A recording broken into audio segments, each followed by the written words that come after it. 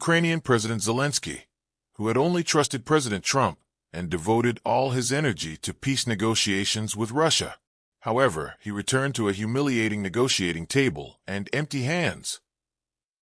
President Zelensky's recent diplomatic actions are leading to great frustration. Now that the Ukrainian war has been going on for more than 3 years, President Zelensky has placed his hopes on the mediation of U.S. President Trump. He put aside his pride and bowed to the demands of the U.S. one by one. First, Zelensky accepted the unconditional ceasefire proposed by President Trump last month without delay. Then, he flew to Turkey to meet with President Putin.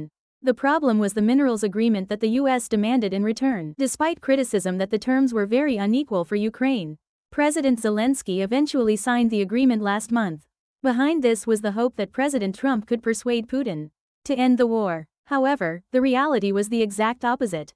On the 19th, after a 2-hour phone call with Putin, President Trump seemed to agree with Russia's position that negotiations should come first, rather than a ceasefire. This is a step back from the unconditional ceasefire that he had emphasized. Moreover, President Trump mentioned the possibility of Vatican mediation in the negotiations, and even said, if Russia and Ukraine do not agree, the United States will no longer be involved.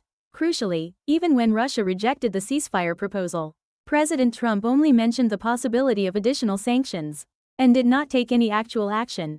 Regarding this trend, the Wall Street Journal analyzed, Trump's attitude seems to be giving strength to Russia's claim that a ceasefire is possible only if Ukraine accepts all of Russia's conditions. So what exactly did President Zelensky gain? In February of this year, Zelensky was reprimanded by President Trump at the White House. Do you really want peace? The WSJ pointed out that the only thing he gained in return for that insult was a one-on-one meeting at Pope Francis's funeral mass. President Zelensky's bowing only ended up giving Russia and Putin more room. Trump's promise to end the war and his belief in it are increasingly holding Zelensky back.